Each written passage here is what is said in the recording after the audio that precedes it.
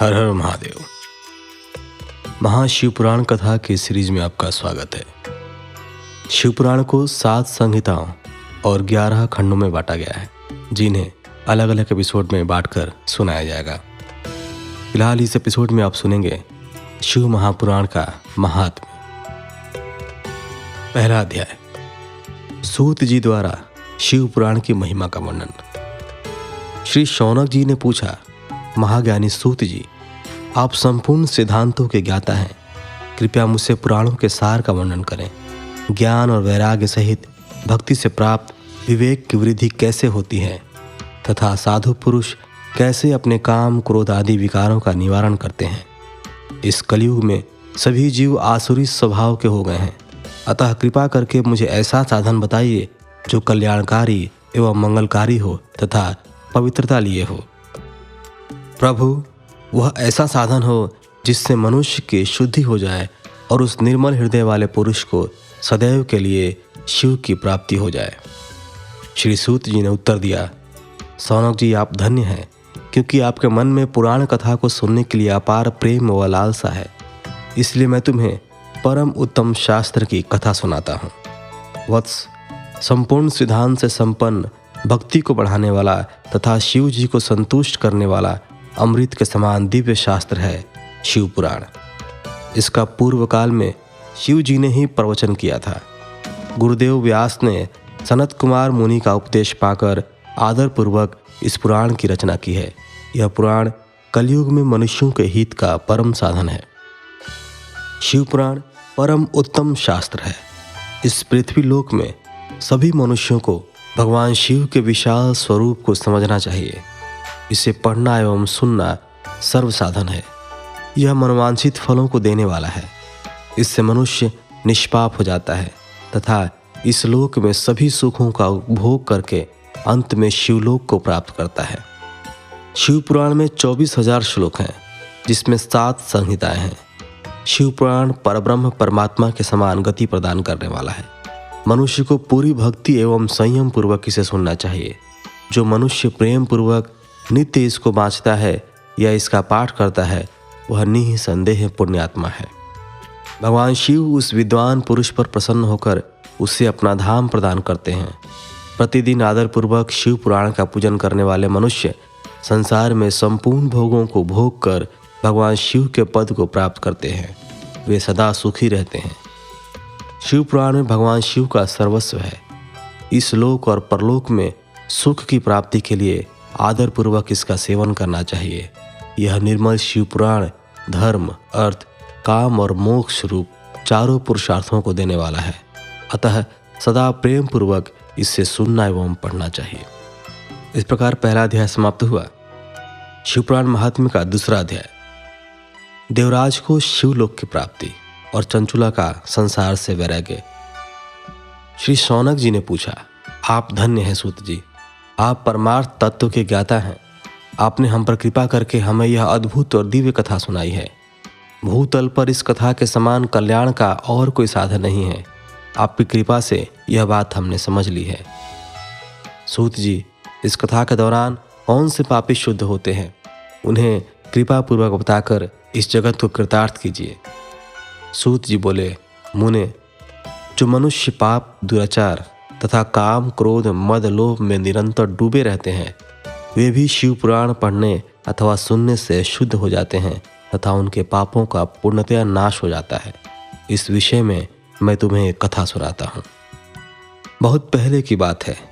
किरातों के नगर में देवराज नाम का एक ब्राह्मण रहता था। वह ज्ञान में दुर्बल, गरीब, रस बेचने वाला तथा वैदिक धर्म से विमुख था।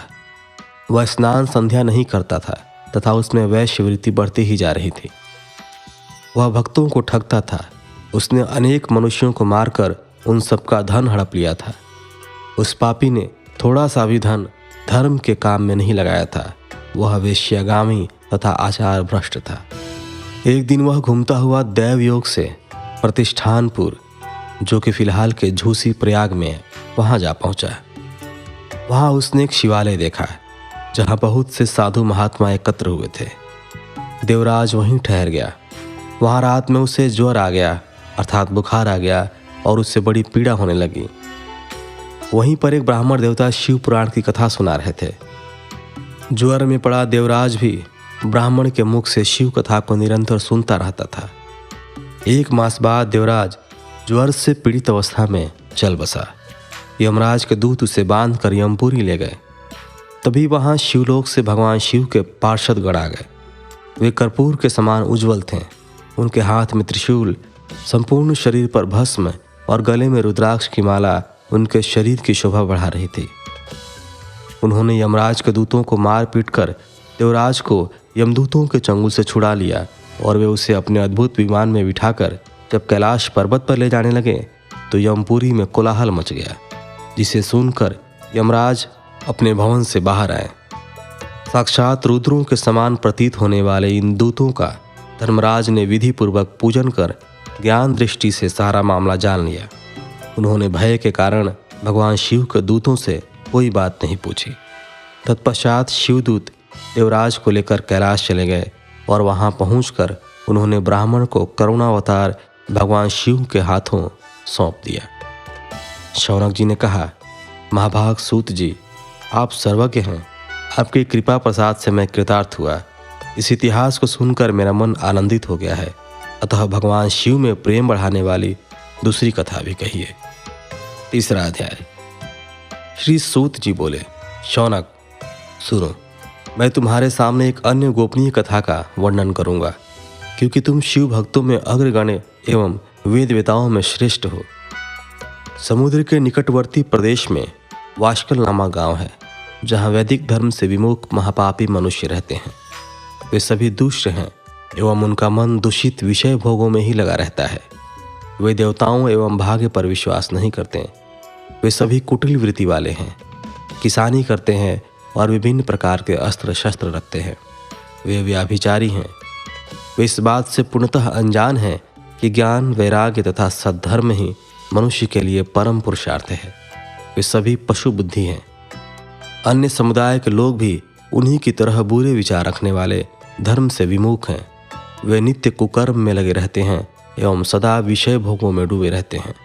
वहाँ की स्त्रियां भी बुरे स्वभाव के, स्वेच्छाचारिणी, पाप में डूबी, कुटिल सोच वाले और व्याभिचारिणी हैं। वे सभी सद्व्यवहार तथा सदाचार से सर्वथा शून्य हैं। वहाँ सिर्फ दुष्टों का निवास है। वाष्कल नामा गांव में बिंदुक नाम का एक ब्राह्मण रहता था। वह अधर्मी, दुराचारी व महापापी था। उसकी स्त्री बहुत सुंदर थी। उसका नाम चंचुला था। वह सदा उत्तम धर्म का पालन करती थी, परंतु बिंदुक वेश्यागामी था। इस तरह कुकर्म करते हुए बहुत समय व्यतीत हो गया। उसकी स्त्री काम से पीड़ित होने पर भी स्वधर्म नाश के भय से क्लेश सहकर भी काफी समय तक धर्म भ्रष्ट नहीं हुई, परंतु आगे चलकर वह भी अपने दुराचारी पति के आचरण से प्रभावित होकर दुराचारिणी और अपने धर्म से विमुख हो गई। इस तरह दुराचार में डूबे हुए उन पति पत्नी का बहुत सा समय व्यर्थ बीत गया। वेश्यागामी, दूषित बुद्धि वाला वह दुष्ट ब्राह्मण बिंदुक समयानुसार मृत्यु को प्राप्त हो गया और नरक में चला गया। बहुत दिनों तक नरक के दुखों को भोग कर वह मूढ़ बुद्धि पापी विंध्य पर्वत पर भयंकर पिशाच हुआ। इधर उस दुराचारी बिंदुक के मर जाने पर वह चंचुला नामक स्त्री बहुत समय तक पुत्रों के साथ अपने घर में रहती रही। पति की मृत्यु के बाद वह भी अपने धर्म से गिरकर पर पुरुषों का संग करने लगी थी। सतियां विपत्ति में भी अपने धर्म का पालन करना नहीं छोड़ती। यही तो तप है। तप कठिन तो होता है, लेकिन इसका फल मीठा होता है। विषयी इस सत्य को नहीं जानता, इसलिए वह विषयों के विष फल का स्वाद लेते हुए भोग करता है। एक दिन दैवयोग से किसी पुण्य पर्व के आने पर वह अपने भाई बंधुओं के साथ गोकर्ण क्षेत्र में गई। उसने तीर्थ के जल में स्नान किया एवं बंधुजनों के साथ यत्र तत्र घूमने लगी। घूमते घूमते वह एक देव मंदिर में गई। वहां उसने एक ब्राह्मण के मुख से भगवान शिव की परम पवित्र एवं मंगलकारी कथा सुनी।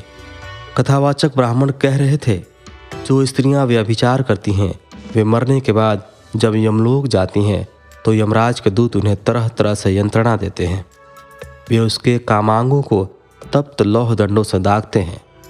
तप्त लौह के पुरुष से उसका संसर्ग कराते हैं। ये सारे दंड इतनी वेदना देने वाले होते हैं कि जीव पुकार पुकार कर कहता है कि अब वह ऐसा नहीं करेगा, लेकिन यमदूत उसे छोड़ते नहीं। कर्मों का फल तो सभी को भोगना पड़ता है। देव, ऋषि, मनुष्य सभी इससे बंधे हुए हैं। ब्राह्मण के मुख से यह वैराग्य बढ़ाने वाली कथा सुनकर चंचुला भय से व्याकुल हो गई। कथा समाप्त होने पर सभी लोग वहां से चले गए। तब कथा बाँचने वाले ब्राह्मण देवता से चंचुला ने कहा, हे ब्राह्मण, धर्म को न जानने के कारण मेरे द्वारा बहुत दुराचार हुआ है। स्वामी, मेरे ऊपर कृपा कर मेरा उद्धार कीजिए।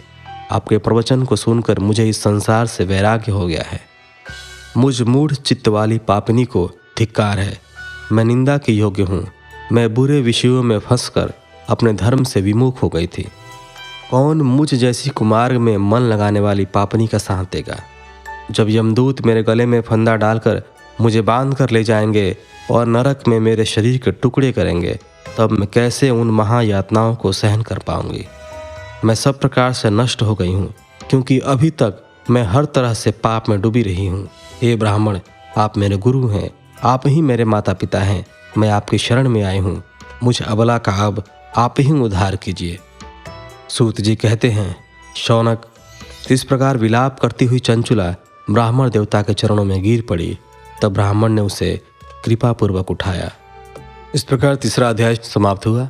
अभी तक के 3 अध्यायों में जो आपने सुना, उन सभी बातों का कम शब्दों में अगर सारांश बताया जाए तो इसका अर्थ यह है कि महाज्ञानी सूत जी शौनक जी को शिव पुराण की महात्म्य बताते हुए यह समझाना चाहते हैं कि व्यभिचार करने वाले, दुराचार करने वाले पुरुष या स्त्री नरक लोक को जाते हैं, तथा जो लोग शिव की भक्ति करते हैं, जो लोग शिव पुराण का श्रवण करते हैं, उनका इन पापों से मुक्ति हो जाती है।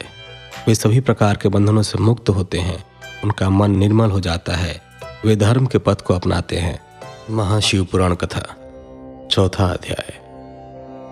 चंचुला की शिव कथा सुनने में रुचि और शिवलोक गमन।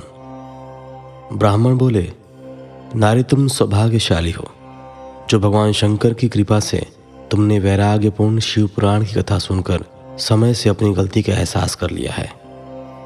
तुम डरो मत और भगवान शिव की शरण में जाओ। उनकी परम कृपा से तुम्हारे सभी पाप नष्ट हो जाएंगे। मैं तुम्हें भगवान शिव की कथा सहित वह मार्ग बताऊंगा जिसके द्वारा तुम्हें सुख देने वाली उत्तम गति प्राप्त होगी। शिव कथा सुनने से तुम्हारी बुद्धि शुद्ध हो गई है और तुम्हें पश्चाताप हुआ है तथा मन में वैराग्य उत्पन्न हुआ है। पश्चाताप ही पाप करने वाले पापियों के लिए सबसे बड़ा प्रायश्चित है। पश्चाताप ही पापों का शोधक है। इससे ही पापों की शुद्धि होती है। सत्पुरुषों के अनुसार पापों की शुद्धि के लिए प्रायश्चित पश्चाताप से ही संपन्न होता है। जो मनुष्य अपने कुकर्म के लिए पश्चाताप नहीं करता वह उत्तम गति प्राप्त नहीं करता, परंतु जिसने अपने कुकृत्य पर हार्दिक पश्चाताप होता है वह अवश्य उत्तम गति का भागीदार होता है। इसमें कोई शक नहीं है। शिव पुराण की कथा सुनने से चित्त की शुद्धि एवं मन निर्मल हो जाता है। शुद्ध चित्त में ही भगवान शिव एवं पार्वती का वास होता है। वह शुद्धात्मा पुरुष सदा शिव के पद को प्राप्त होता है। इस कथा का श्रवण सभी मनुष्यों के लिए कल्याणकारी है, अतः इसकी आराधना एवं सेवा करनी चाहिए। यह कथा भवबंधन रूपी रोग का नाश करने वाली है। भगवान शिव की कथा सुनकर हृदय में उसका मनन करना चाहिए। इससे चित्त की शुद्धि होती है। चित्त शुद्धि होने से ज्ञान और वैराग्य के साथ महेश्वर की भक्ति निश्चय ही प्रकट होती है तथा उनके अनुग्रह से दिव्य मुक्ति प्राप्त होती है। जो मनुष्य माया के प्रति आसक्त है वह इस संसार बंधन से मुक्त नहीं हो पाता। हे ब्राह्मण पत्नी, तुम अन्य विषयों से अपने मन को हटाकर भगवान शंकर की इस पावन कथा को सुनो। इससे तुम्हारे चित्त की शुद्धि होगी और तुम्हें मोक्ष की प्राप्ति होगी। जो मनुष्य निर्मल हृदय से भगवान शिव के चरणों का चिंतन करता है उसकी एक ही जन्म में मुक्ति हो जाती है। सूत जी कहते हैं, शौनक, यह कहकर वे ब्राह्मण चुप हो गए। उनका हृदय करुणा से भर गया। वे ध्यान में मग्न हो गए। ब्राह्मण का उक्त उपदेश सुनकर चंचुला के नेत्रों में आनंद के आंसू छलक आए।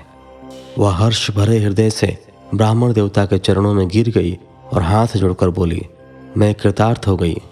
हे ब्राह्मण, शिव भक्तों में श्रेष्ठ स्वामी, आप धन्य हैं। आप परमार्थदर्शी हैं और सदा परोपकार में लगे रहते हैं। साधो, मैं नरक के समुद्र में गिर रही हूँ, कृपा कर मेरा उद्धार कीजिए। जिस पौराणिक व अमृत के समान सुंदर शिव पुराण कथा की बात आपने की है, उसे सुनकर ही मेरे मन में वैराग्य उत्पन्न हुआ है। उस अमृतमयी शिव पुराण कथा को सुनने के लिए मेरे मन में बड़ी श्रद्धा हो रही है। कृपया आप मुझे उसे सुनाइए। सूत जी कहते हैं, शिव पुराण की कथा सुनने की इच्छा मन में लिए हुए चंचुला उन ब्राह्मण देवता की सेवा में वहीं रहने लगी। उस गोकर्ण नामक महाक्षेत्र में उन ब्राह्मण देवता के मुख से चंचुला शिव पुराण की भक्ति, ज्ञान और वैराग्य बढ़ाने वाली और मुक्ति देने वाली परम उत्तम कथा सुनकर कृतार्थ हुई। उसका चित्त शुद्ध हो गया। वह अपने हृदय में शिव के सगुण रूप का चिंतन करने लगी। वह सदैव शिव के सच्चिदानंदमय स्वरूप का स्मरण करती थी। तत्पश्चात अपना समय पूर्ण होने पर चंचुला ने बिना किसी कष्ट के अपना शरीर त्याग दिया। उसे लेने के लिए एक दिव्य विमान वहां पहुंचा। यह विमान शोभा साधनों से सजा था एवं शिवगणों से सुशोभित था। चंचुला विमान से शिवपुरी पहुंची। उसके सारे पाप धुल गए। वह दिव्यांगना हो गई। वह गौरांगी देवी मस्तक पर अर्धचंद्र का मुकुट व अन्य दिव्य आभूषण पहने शिवपुरी पहुंची। वहां उसने सनातन देवता त्रिनेत्रधारी महादेव शिव को देखा। सभी देवता उनकी सेवा में भक्ति भाव से उपस्थित थे। उनकी अंग कांति करोड़ों सूर्यों के समान प्रकाशित हो रही थी। 5 मुख और हर मुख में 3-3 नेत्र थे। मस्तक पर अर्धचंद्राकार मुकुट शोभायमान हो रहा था। कंठ में नील चिन्ह था।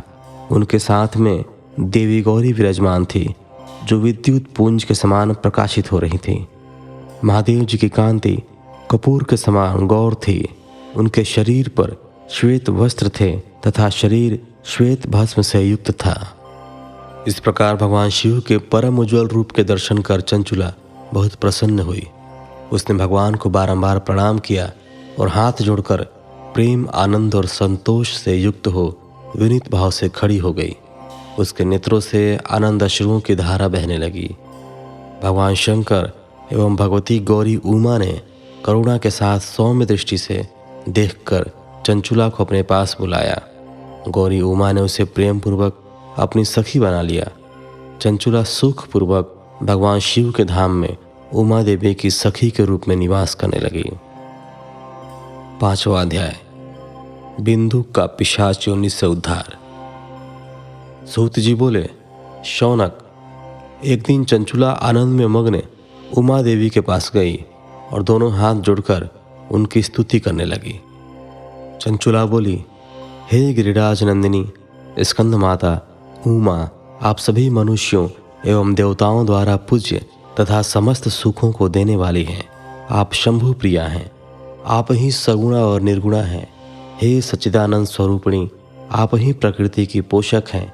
हे माता, आप ही संसार के सृष्टि, पालन और संहार करने वाली हैं। आप ही ब्रह्मा, विष्णु और महेश को उत्तम प्रतिष्ठा देने वाली परम शक्ति हैं। सूत जी कहते हैं, शौनक, सद्गति प्राप्त चंचुला इस प्रकार देवी की स्तुति कर शांत हो गई। उसकी आंखों में प्रेम के आंसू उमड़ गए। तब शंकर प्रिया भक्त वत्सला उमा देवी ने बड़े प्रेम से चंचुला को चुप कराते हुए कहा, सखी चंचुला, मैं तुम्हारी स्तुति से प्रसन्न हूँ। बोलो, क्या वर मांगती हो? चंचुला बोली, हे गिरिराज कुमारी, मेरे पति बिंदुक इस समय कहाँ हैं? उनकी कैसी गति हुई है, मुझे बताइए और ऐसा उपाय कीजिए ताकि हम फिर से मिल सकें। हे महादेवी, मेरे पति एक शूद्र जाति वेश्या के प्रति आसक्त थे और पाप में ही डूबे रहते थे। गिरिजा बोली, बेटी, तुम्हारा पति बिंदुक बड़ा पापी था। उसका अंत बड़ा भयानक हुआ। वेश्या का उपभोग करने के कारण वह मूर्ख नरक में अनेक वर्षों तक अनेक प्रकार के दुख भोग कर अब शेष पाप को भोगने के लिए विंध्य पर्वत पर पिशाच की योनि में रह रहा है। वह दुष्ट वहीं वायु पीकर रहता है और सब प्रकार के कष्ट सहता है। सूत जी कहते हैं, शौनक, गौरी देवी की यह बात सुनकर चंचुला अत्यंत दुखी हो गई। फिर मन को किसी तरह स्थिर करती हुई दुखी हृदय से माँ गौरी से उसने एक बार फिर पूछा, हे महादेवी, मुझ पर कृपा कीजिए। और मेरे पापी पति का अब उद्धार कर दीजिए। कृपा करके मुझे वह उपाय बताइए जिससे मेरे पति को उत्तम गति प्राप्त हो सके। गौरी देवी ने कहा, यदि तुम्हारा पति बिंदुक शिवपुराण की पुण्यमयी उत्तम कथा सुने तो वह इस दुर्गति को पार करके उत्तम गति का भागी हो सकता है। अमृत के समान मधुर गौरी देवी का यह वचन सुनकर चंचुला ने दोनों हाथ जोड़कर मस्तक झुकाकर उन्हें बारंबार प्रणाम किया तथा प्रार्थना की कि मेरे पति को शिव पुराण सुनाने की व्यवस्था कीजिए। ब्राह्मण पत्नी चंचुला के बार बार प्रार्थना करने पर शिव प्रिया गौरी देवी ने भगवान शिव की महिमा का गान करने वाले गंधर्वराज तुम्बुरो को बुलाकर कहा, तुम्बुरो, तुम्हारी भगवान शिव में प्रीति है। तुम मेरे मन की सभी बातें जानकर मेरे कार्यों को सिद्ध करते हो। तुम मेरी इस सखी के साथ विंध्य पर जाओ। वहाँ एक महाघोर और भयंकर पिशाच रहता है।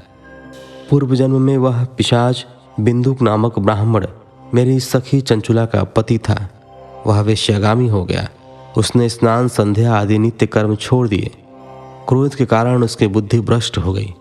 दुर्जनों से उसकी मित्रता और सज्जनों से द्वेष बढ़ गया था। वह अस्त्र शस्त्र से हिंसा करता, लोगों को सताता और उनके घरों में आग लगा देता था। चांडालों से दोस्ती करता, वह रोज वेश्या के पास जाता था।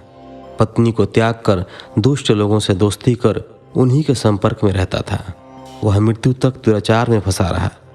मृत्यु के बाद उसे पापियों के भोग स्थान यमपुर ले जाया गया। वहाँ घोर नरकों को सहकर इस समय वह विंध्य पर्वत पर पिशाच बनकर रह रहा है और पापों का फल भोग रहा है। तुम उसके सामने परम पुण्यमयी पापों का नाश करने वाली शिव पुराण की दिव्य कथा का प्रवचन करो। इस कथा को सुनने से उसका हृदय सभी पापों से मुक्त होकर शुद्ध हो जाएगा और वह प्रेत योनि से मुक्त हो जाएगा। दुर्गति से मुक्त होने पर उस बिंदुक नामक पिशाच को विमान पर बिठाकर तुम भगवान शिव के पास ले आना। सूत जी कहते हैं, शौनक, माँ उमा का आदेश पाकर गंधर्वराज तुम्बुरो प्रसन्नतापूर्वक अपने भाग्य की सराहना करते हुए चंचुला को साथ लेकर विमान से पिशाच के निवास स्थान विंध्य पर्वत गया। वहां पहुंचकर उसने उस विकराल आकृति वाले पिशाच को देखा। उसका शरीर विशाल था, उसकी ठोड़ी बड़ी थी। वह कभी हंसता, कभी रोता और कभी उछलता था। महाबली तुम्बुरो ने बिंदुक नामक पिशाच को पाशों से बांध लिया। उसके पश्चात तुम्बुरो ने शिव पुराण की कथा वाचने के लिए स्थान तलाश कर मंडप की रचना की। शीघ्र ही इस बात का पता लोगों को चल गया कि एक पिशाच के उद्धार हेतु देवी पार्वती की आज्ञा से तुम्बुरो शिव पुराण की अमृत कथा सुनाने विंध्य पर्वत पर आए हैं। उस कथा को सुनने के लोभ से बहुत से देवर्षि वहां पहुंच गए। सभी को आदरपूर्वक स्थान दिया गया।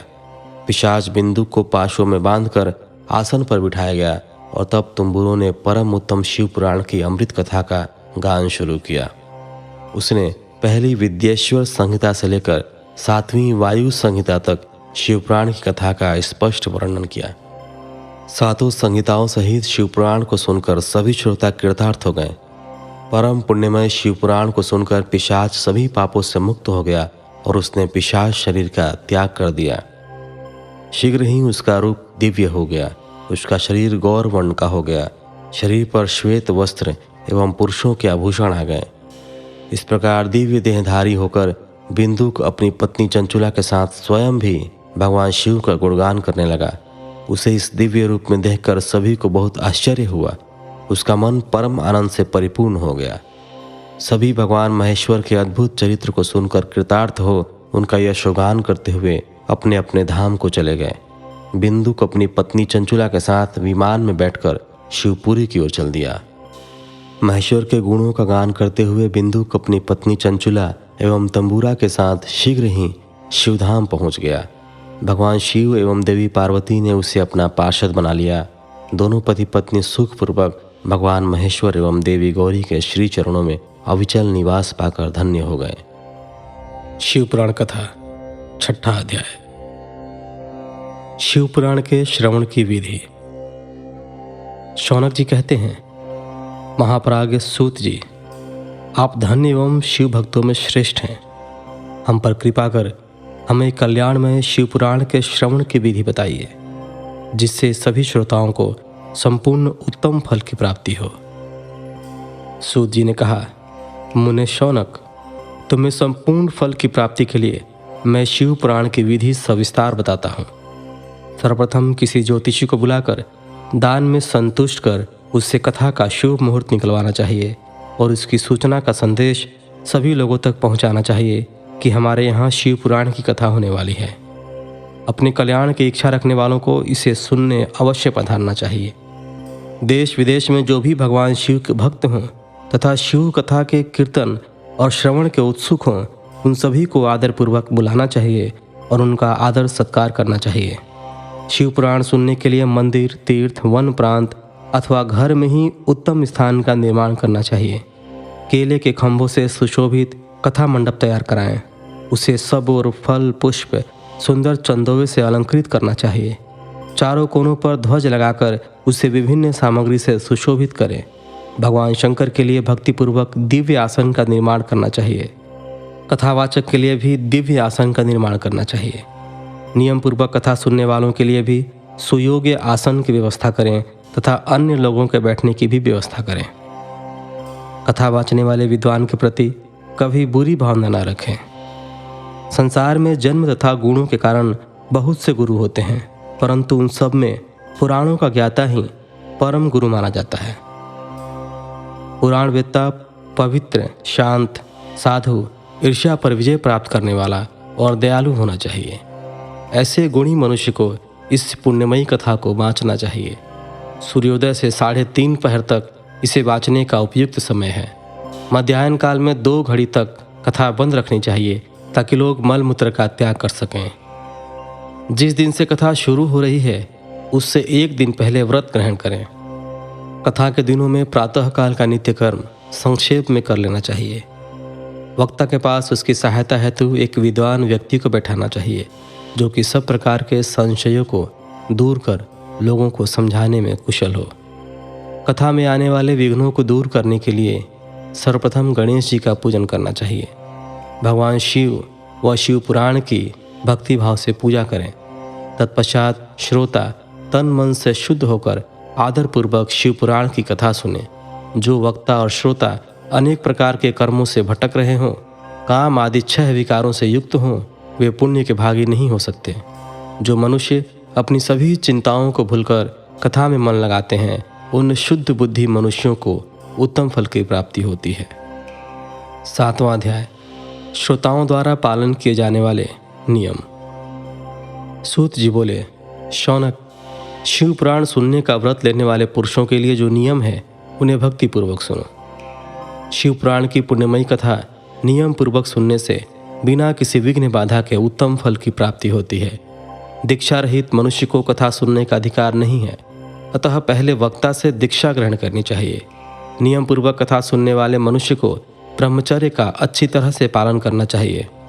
उसे भूमि पर सोना चाहिए, पत्तल में खाना चाहिए तथा कथा समाप्त होने पर ही अन्न ग्रहण करना चाहिए। समर्थ मनुष्य को शुद्ध भाव से शिव पुराण की कथा की समाप्ति तक उपवास रखना चाहिए और एक ही बार भोजन करना चाहिए। गरिष्ठ अन्न, दाल, जला हुआ अन्न, सेम, मसूर तथा बासी अन्न नहीं खाना चाहिए। जिसने कथा का व्रत ले रखा हो उसे प्याज, लहसुन, हींग, गाजर, मादक वस्तु तथा आमिष कही जाने वाली वस्तुओं को त्याग देना चाहिए। ऐसा मनुष्य प्रतिदिन सत्य, शौच, दया, मौन, सरलता, विनय तथा हार्दिक उदारता आदि सद्गुणों को अपनाए तथा साधु संतों की निंदा का त्याग कर नियम पूर्वक कथा सुने। सकाम मनुष्य इस कथा के प्रभाव से अपनी अभीष्ट कामना प्राप्त करता है और निष्काम मोक्ष प्राप्त करता है। सभी स्त्री पुरुषों को विधि विधान से शिव पुराण की उत्तम कथा को सुनना चाहिए। महर्षि, शिव पुराण की समाप्ति पर श्रोताओं को भक्तिपूर्वक भगवान शिव की पूजा की तरह पुराण पुस्तक की पूजा भी करनी चाहिए तथा इसके पश्चात विधि पूर्वक वक्ता का भी पूजन करना चाहिए। पुस्तक को रखने के लिए नया और सुंदर बस्ता बनाएं। पुस्तक व वक्ता की पूजा के उपरांत वक्ता की सहायता हेतु बुलाए गए पंडित का भी सत्कार करना चाहिए। कथा में पधारे अन्य ब्राह्मणों को भी अन्न धन का दान दें। गीत, वाद्य और नृत्य से उत्सव को महान बनाएं।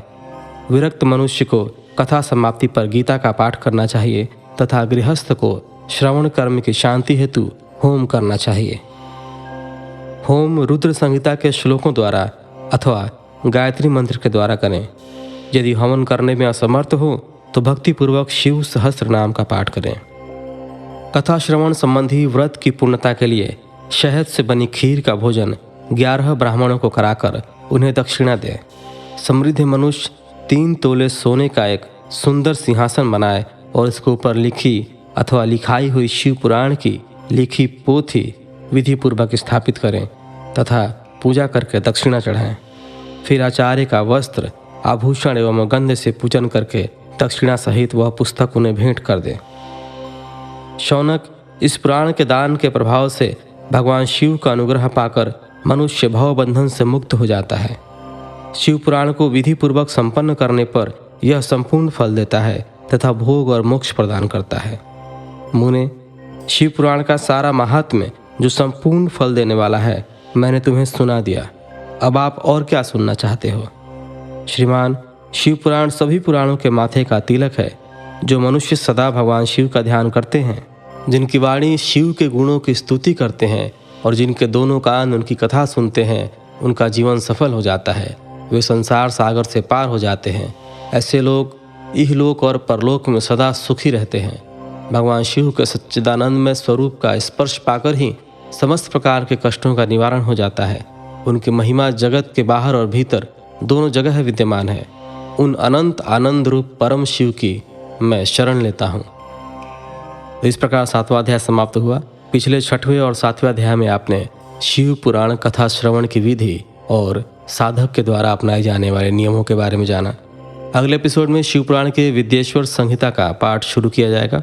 तो मिलते हैं आपसे अगले एपिसोड में। तब तक के लिए धन्यवाद। हर हर महादेव।